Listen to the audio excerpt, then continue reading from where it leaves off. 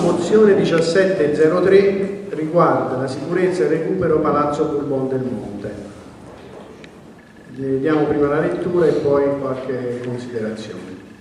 Premesso che il Palazzo Bourbon del Monte, comunemente detto Palazzo del Marchese, costituisce un raro esempio di architettura feudale del 1600 e una costruzione non comune nell'interno del Granducato di Toscana, di notevole interesse storico-culturale. Insieme ai giardini, secondo il giardino della Toscana. Premesso che l'importanza che il palazzo riveste per Piancastagnaio va oltre la necessità di salvaguardare il bene architettonico pur vincolato e protetto dalla sovrintendenza.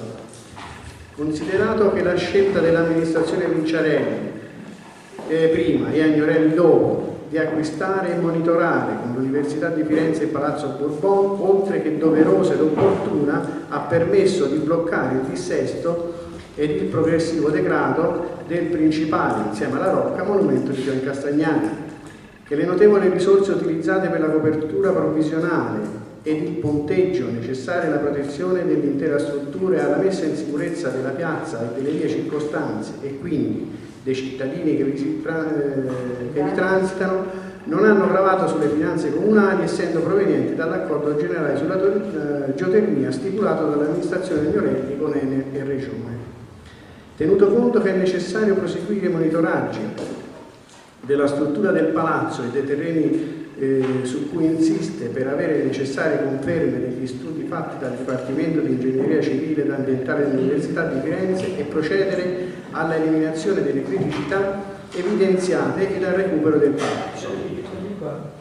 Con queste premesse propongono questo dispositivo. Il Consiglio Comunale esprime preoccupazione per lo stato del palazzo e per la mancata ripresa dei lavori con il Dipartimento di Ingegneria Civile e Ambientale dell'Università di Firenze, la Sovrintendenza di Siena e gli altri soggetti coinvolti negli anni scorsi, per esempio il FAI, con i quali è stata resa pubblica la situazione del monumento pianese in occasione del convegno organizzato dall'amministrazione Agnorelli prima della fine del mandato. Punto 2. Invita il Sindaco e Giunta a proseguire il programma di monitoraggio e verifiche finalizzate ad individuare gli interventi propedeuti al definitivo recupero del palazzo, prima di tutto quelli volti a consolidare le fondazioni e le strutture portanti e quelli miranti a stabilizzare la tipologia di copertura realizzabile. Terzo punto, invita il Sindaco e Giunta a mantenere gli stanziamenti previsti per i suddetti interventi utilizzando i fondi della geotermia. Quarto, invita il Sindaco e Giunta a tentare il coinvolgimento dei soggetti privati per il restauro e la valorizzazione del palazzo, utilizzando le possibilità offerte dalla recente legge Franceschini 106/2014, che con il cosiddetto AT bonus prevede la deducibilità del 65% delle donazioni devolute per il restauro dei beni culturali pubblici. Allora, su questo qualche considerazione sulle premesse ed in particolare per quanto riguarda la risorsa utilizzata per la copertura, a cui si fa riferimento dicendo che non gravano sul bilancio del Comune ma vengono dall'accordo generale sulla geotermia. Questa riteniamo che non sia del tutto esatta, perché la risorsa finanziaria che deriva dalla geotermia è quella del protocollo di intesa e è calcolata sulla base dei parametri, quindi ogni comune geotermico ha una sua assegnazione, quindi è l'utilizzo che poi il comune ne fa di questa assegnazione che viene, ma non è fuori dallo spicchio di torta che il comune di Piancastagnaio ottiene dal fondo geotermico. Quindi è una risorsa propria che non ha cioè non viene con destinazione vincolata dalla geotermia, ma è una richiesta di utilizzazione dello spicchio di torta da parte dell'amministrazione. Per quanto riguarda la parte relativa alle procedure da riaprire con l'Università di Firenze, Anche qui abbiamo una relazione di conclusione di tutto quello che è successo nel periodo delle indagini.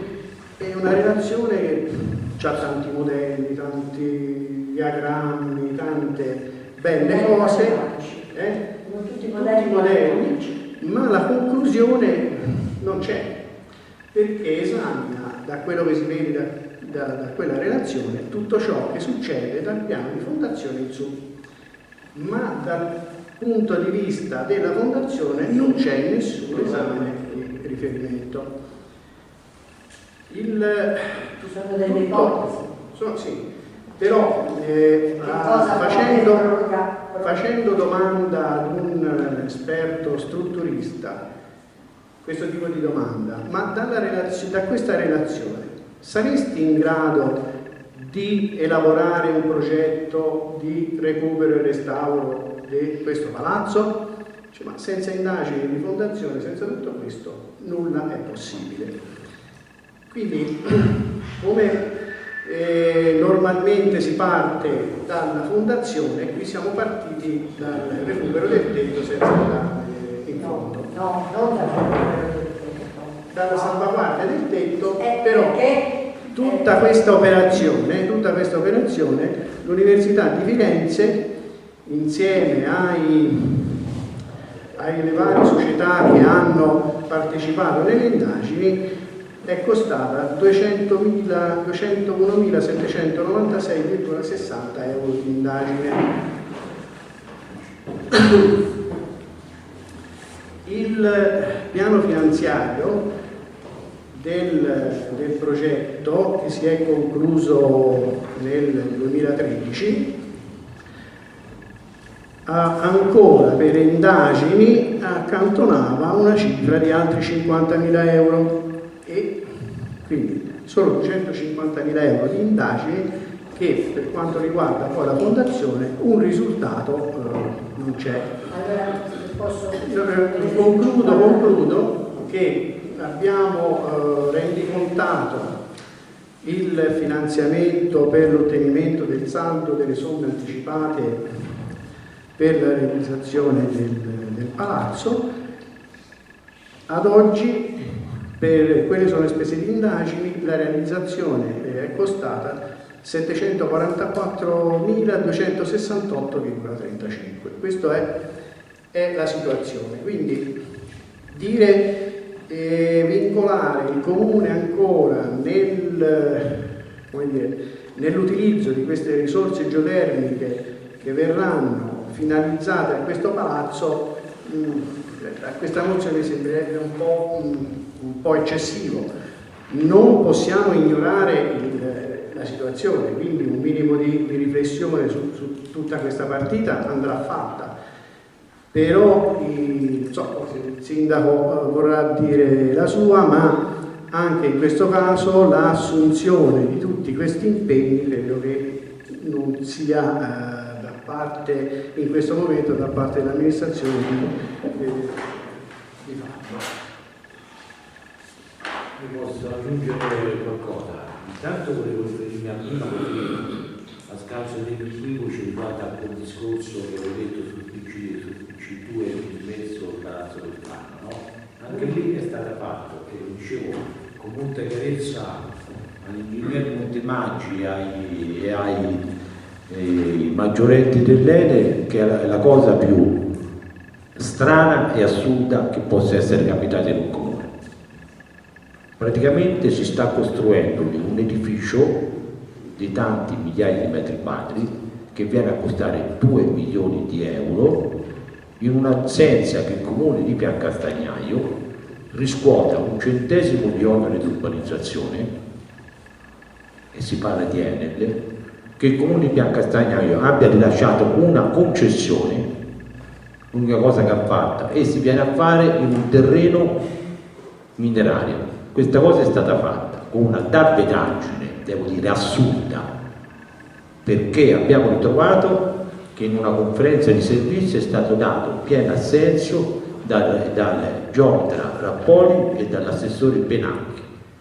Ora, che ai nostri cittadini non si riesce a fargli fare nemmeno una stanza perché il piano strutturale è fermo, è in condizione l'unico comune della Toscana, siamo andati in Regione Toscana con una problematica che non finisce più, l'unico comune della Toscana, perché questo piano strutturale è l'ultimo comune della Toscana che è in queste condizioni, con le norme di salvaguardia che sono le maggiori che ci possono essere, che non siamo rientrati nella prima legge e siamo incappati nella seconda legge, che non si sa i PIP se possono andare avanti o se le opere pubbliche possono andare avanti. Quindi siamo cascati tutti i comuni limitrofi a Balia San Salvatore, Pitigliano, Castellazzara, Santa Fiora, hanno fatto tutti il piano strutturale, l'unico comune è rimasto questo, i cittadini di Castagnaia non hanno potuto fare nemmeno uno stanzino e noi all'Enel si permette di fare un'opera di 2 milioni di euro su un terreno minerario senza che il comune di Piancastagnaio abbia nemmeno preso un soldo di onere di urbanizzazione, soltanto perché nel comune di Piancastagnaio un assessore e un tecnico hanno dato parere favorevole alla conferenza di servizi.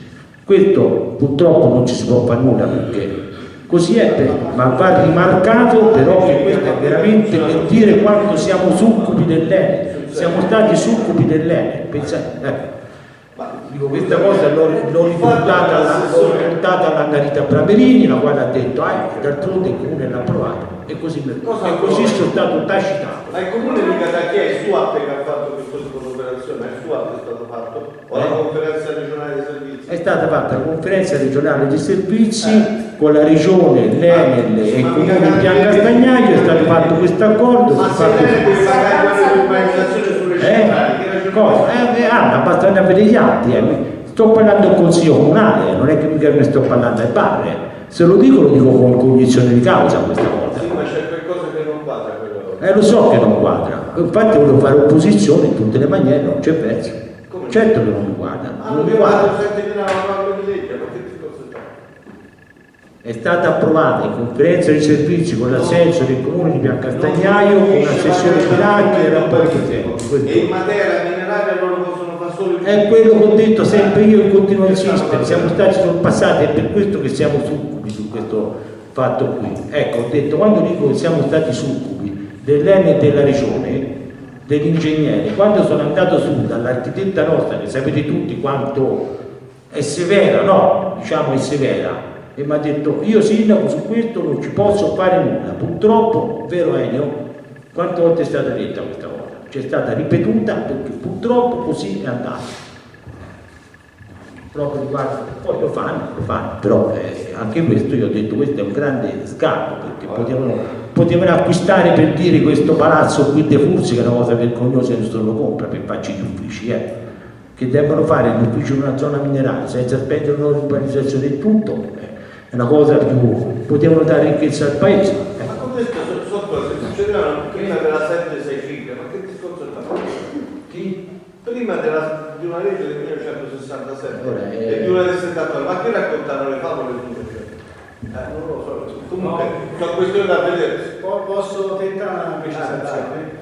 Nella conferenza dei servizi, quando hanno esaminato la parte relativa alle condotte, agli accessori, a tutto quello che ne fa parte, hanno assimilato anche la parte degli uffici, servizi alla tipologia della concessione mineraria e quindi per questa assimilazione, questo è il contenuto del provvedimento, per questa assimilazione non è oggetto di concessione edilizia ma fa parte della concessione mineraria. Questa del 1923, questa è la motivazione. La motivazione che ha consentito questa conclusione del provvedimento. Una cosa qual è? Quella di dire potevamo mettere in dubbio la legittimità dell'interpretazione che il provvedimento regionale ha dato assimilando questi accessori come facenti parte della concessione mineraria di tutto il complesso di opere. Ma solo per le opere minerarie vale, capito? Sì. Questo è stato fatto,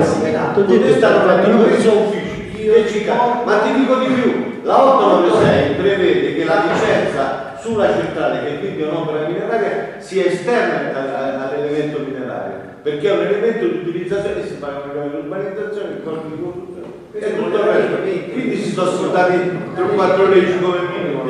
Io credo che se andate a vedere l'unico caso in Italia dove in una zona mineraria si costruiscono gli uffici per tutti i dipendenti. Ecco, e questa è la prepotenza della regione, e prepotenza è della regione, e purtroppo succubi anche noi, su quello non c'è dubbio. Questo è un dato di fatto, non è che questa è una storia che mi porta, perché io alla conferenza dei servizi mi avrei votato contro e poi mi sarei appellato.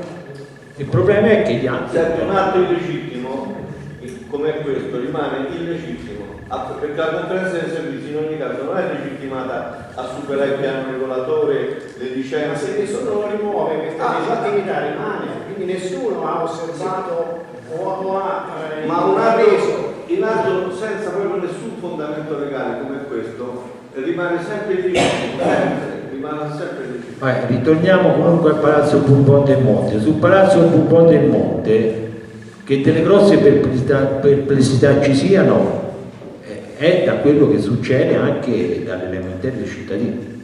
Il grosso problema è che in quella zona lì ormai non si dorme più quando ci sono le tempeste, temporali, fragranti, insomma.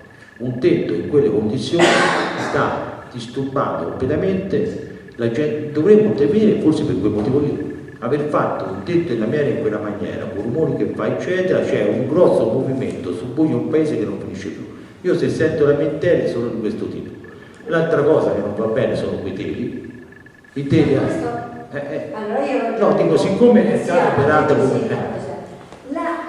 La tipologia non è stata una scelta, è stata dettata dalla sovrintendenza. È stata dettata. La sovrintendenza ha trovato anche le teste di mulini che erano fatti da quanto, fatti dagli scalpellini. Uno l'accetta, non l'accetta. Non ho capito.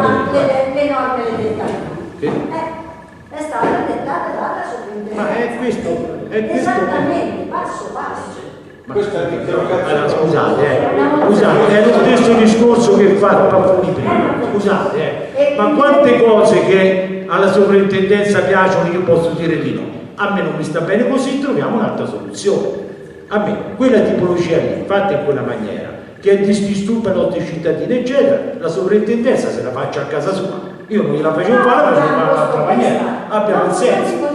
Ma l'autonomia del comune esiste ancora, l'autonomia comunale civica è al di sopra di tutto, la sovrintendenza dà i pareri, non mi date le posizioni. La sovrintendenza dà dei pareri su dei progetti che vengono presentati. Un po' di sindaco l'ho fatto anch'io, sono mica nato 7 mesi fa quando l'ho fatto qui. La sovrintendenza ti dà dei pareri e ti dà delle prescrizioni su progetti che tu presenti. Quel progetto è stato presentato dall'amministrazione comunale di Piancastagnaio, la sovrintendenza ha dato dei pareri. Queste prescrizioni. È la prescrizione che deve essere la prescrizione su un progetto fatto da voi. Poi saranno delle prescrizioni, ma il progetto è presentato dal comune. Se il comune invece di fare il tetto in quella maniera, con quelle bussolotte in quella maniera, con i teli che ogni inventata se li porta via e diventano un pericolo, fosse fatto in maniera diversa, la sovrintendenza ti accetta in un'altra maniera, ma il progetto è presentato all'amministrazione comunale su progetti commissionati dall'amministrazione comunale e non certamente dalla sovrintendenza, questo è chiaro. Il problema è che andava messo in sicurezza. Ma in sicurezza in quella maniera non c'è, perché se il palazzo scivola porta via anche tutto il baraccone. Ho capito, questo è il problema. C'era il tetto imploso, cioè una parte del tetto era imploso. E il tetto andava assolutamente coperto. Il tetto andava portato via prima, perché c'è comunque il discorso di sovrappeso. È stato fatto l'ipotesi. Il tetto è imploso, è sceso, è cascato, alla seconda altri tecnici dicono che andava prima portato via il peso e poi in ogni caso fatto una copertura leggera con quella che è classica. Ci sono anche altri progetti. Qui saranno venuti decine di professionisti, ingegneri di Piancastagnaio che lavorano qua, architetti nostri, eccetera. Ci sono state 1000 ipotesi, avete scelto queste ipotesi? E hanno proposto anche la copertura leggera che comunque doveva appoggiare sulle facciate, perché un tempo lamentare di cui c'è un progetto qui lasciato fatto da un architetto romano che lavora a fare recuperi storici per il Vaticano, che ha fatto una bozza sempre di progetto di tetto leggero in lamellare di legno. Ci sono anche i costi, il quale doveva appoggiare sulle pareti del palazzo. Una di queste pareti, la parete di sud-est, quella verso bordo, è aperta, non è perpendicolare, si è aperta. Cioè, il fenomeno che c'è stato sotterraneo ha fatto aprire, quindi allontanare questa parete, la parete di sud-est, dalla posizione perpendicolare. Poi in quel libro si vede, c'è anche un disegno in cui si vede molto bene. Per poggiare non è che ci si appoggia sempre, andava fatto il cordolo, quindi doveva essere costruito un cordolo intorno a tutto il perimetro, cosa che non poteva essere fatta. Ci sono delle limitazioni diverse, ognuno ha i propri metodi. La prescrizione della sovrintendenza era quella di fare questa copertura provvisionale in modo tale che una volta ricucite, così parlo, verifico il termine esatto dell'ingegner Bacchi, una volta ricucite le pareti, una volta rifatta ritornare indietro la parete distaccata, si potrebbe rifare il tetto mantenendo questa copertura provvisoria, quindi togliendola a tetto completato.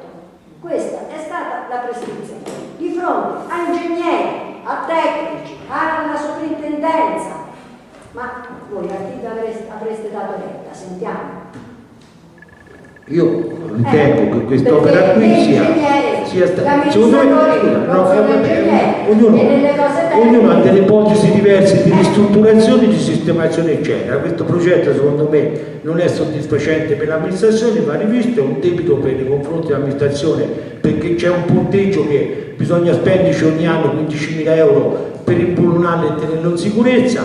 Dice che il ponteggio è stato comprato perché doveva servire almeno per 10 anni per vedere di recepire finanziamenti, se no affittarlo costava di più. È stata fatta una scelta di questo tipo. Ci sono delle scelte fatte in una maniera, potrebbero essere fatte scelte diverse. Io questa scelta qui non la condivido. I cittadini di Piancastagnaio, secondo loro addirittura, la pensano come me, perché sono disturbati da questo tetto di lamiera che non fa più dormire la nostra gente la notte. I soldi per fare un palazzo del genere in momenti più appropriati e più opportuni non sono stati chiesti. Quando c'era il giubileo è stato fatto il palazzo Bourbon del Monte, il palazzo giù in fondo, può per dire, nel comune di Castellazzara, è stato la Sforzesca con i soldi del giubileo, è certamente un palazzo prestigioso, ma non come quelli di Piancastagnaio. Tutti i comuni hanno usufruito di finanziamenti per i dissesti idrogeologici, per gli edifici che stanno crollando, per di Pitigliano, per di Santa Fiora, per tutti i paesi. Piancastagnaio non ha mai ottenuto un soldo. Ora fallo dire ora se ti dice voi è meglio che non te lo dica. Allora dillo che me ne dà te. La protezione civile. Così te lo dice i soldi che avete perso. Un po' di voce è ritornata. Fammi finire quando si parlava di 50.000 euro che aveva messo in previsione il GR Bertocci per questi lavori si riferiscono alla ricerca, siccome c'è un affioramento d'acqua che sicuramente avrete visto, l'Università di Firenze sosteneva che era opportuno far defluire quest'acqua, nel frattempo continuare il monitoraggio per vedere come avrebbe reagito il palazzo, cosa che avrebbe fatto capire meglio perché questo affioramento d'acqua, che è stata anche analizzata, che non è acqua, cioè è acqua anche pulita, che probabilmente deriva dal cambiamento intanto delle falde che ci sono state in tutti questi anni, però era necessario capire se aspirando, portando via quest'acqua che oscilla di pochi centimetri nell'arco di un anno, quindi non era per esempio aumentata in quel periodo piovosissimo che è durato 7-10 mesi, ci si aspettava che aumentasse chissà quanto, invece è rimasta, quindi non è acqua di superficie, non è acqua piovana. Quindi l'ipotesi era proprio per capire meglio la questione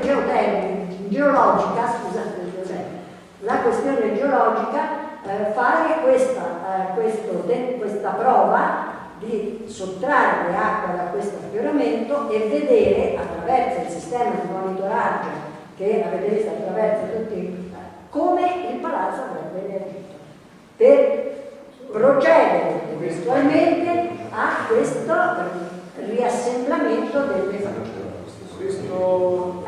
Questo aveva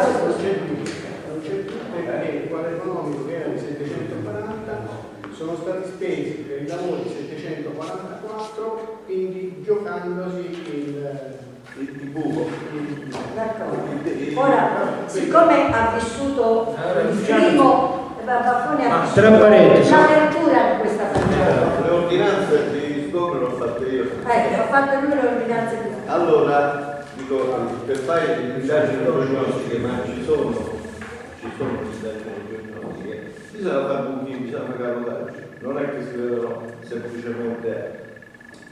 Però lì c'è un progetto, va bene, fatto e finanziato dalla protezione civile e approvato dalla Commissione Grandi Rischi per circa 6 miliardi, che è giacente del 1993. Di cui però io, nel momento in cui continuavo a fare sindaco, ho speso il primo straccio di circa 1,5 miliardi più una suppletiva di 300.000, quindi un paio di miliardi. Quella, naturalmente, se quando te intervieni fai solo sul progetto complessivo, che è di consolidamento del territorio, non è di intervento sul palazzo, perché le opere provvisionali sui legamenti del palazzo avevano solo il senso di impedire i crolli nella pubblica via, che altrimenti ci sarebbero stati, ma non di intervenire all'interno del palazzo che era di proprietà privata, per tutto, no?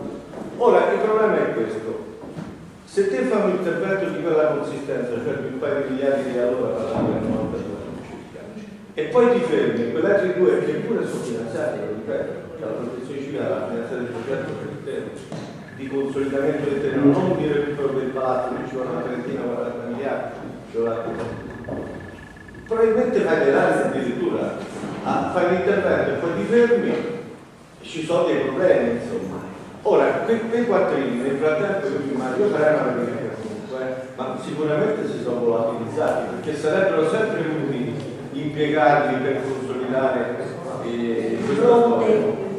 Nord-ovest si chiama, perché lì che cosa succede? Quel palazzo poggia per intero sulla trachite, un piccolo matto di trachite, e poi a un certo punto avevano trovato l'argilla. Trovando l'argilla hanno fatto il figlio di babbo dell'avvocato Stozzi, se ti ricordi, il suo Giacomo, ci aveva fatto in quella po' di cartina ascendente, diciamo una serie di attività, no? Ma perché c'era questa cartina ascendente che doveva andare appoggiata saggiamente per trovare il livello sull'argilla e avendo portato via le acque. Poi c'è una storia più lunga. Su quell'occhio hanno scaricato per anni, decine, centinaia di anni, no, sì, centinaia di anni probabilmente, tutte le acque che derivavano dal palazzo, a seguito anche di certe modifiche dell'assetto del tetto. E poi che cosa è successo? È successo che tutti convergeva all'acqua di 800 metri quadri di tetto. Sì, ma aspetta questo. C'è tutti i sistemi drenanti con tutti i muri di difesa a valle che arrivano fino al mercatissimo per tenere su tutto questo tipo di territorio. Probabilmente in conseguenza sono stati violati da tutte le parti. Sì, sono stati interrotti. Cioè. Quindi danni senza limiti e opere incominciate e non mai finite. Questo è uno dei problemi, sicuramente è questo, perché lì c'era un soggetto che si ha la responsabilità di quello. Sono tutti i soldi, dove sono stati messi? Alla protezione civile. E sono ancora lì. Sono passati 20 anni. Siamo di no. No, guarda, i residui perenti nell'ambito del sistema. Speriamo di non scoprire che si sono persi. No, ma sono lì, sono tranquillo che sono lì. Io credo che te lo sai che hai fatto, sei stato giù al Ministero dell'Ambiente, no? Sai che una delle voci più consistenti dello Stato sono i residui perenti, no? Che le mettono lì da una parte e poi si scordano. Salvo che come ora arrivano. E pensi che sia Non è più così, non pensi tasca il barile, già raschiato. Non vai raschiato il barile da tutte le parti. Sì, ma lì sulla protezione civile ci mette le mani solo il Presidente del Consiglio, non è che ci mette le mani tanti, C'è un sottosegretario e poi dipende dalla Presidenza del Consiglio. Vabbè, non lo so. Io però andrei a vedere, io ci andrei a vedere e a dirgli rifinanziate l'ora per lavoro, come la giornata, però c'è questo tipo di problema. Considerazione su... Io basta, io Tu ci ha detto che ti andare a vedere tante volte ci può io andrei a sentire tutte le lettere, ci sono, c'è pure progetti. vorrei dire che comunque dopo coperto il tempo, perché quando è stato aperto, questa inclusione, intanto la cosa dell'includio aperto più l'inclusione del tetto aveva completamente fragiciato tutto il palazzo, quindi era veramente disastroso. Quando è ritornata nei primi mesi del 14 l'università, la licea, a vedere il malato, ho detto come sta, vengo a vedere come sta il mio malato, il professor Bartoli, che rilevò che invece c'era stato un grande miglioramento.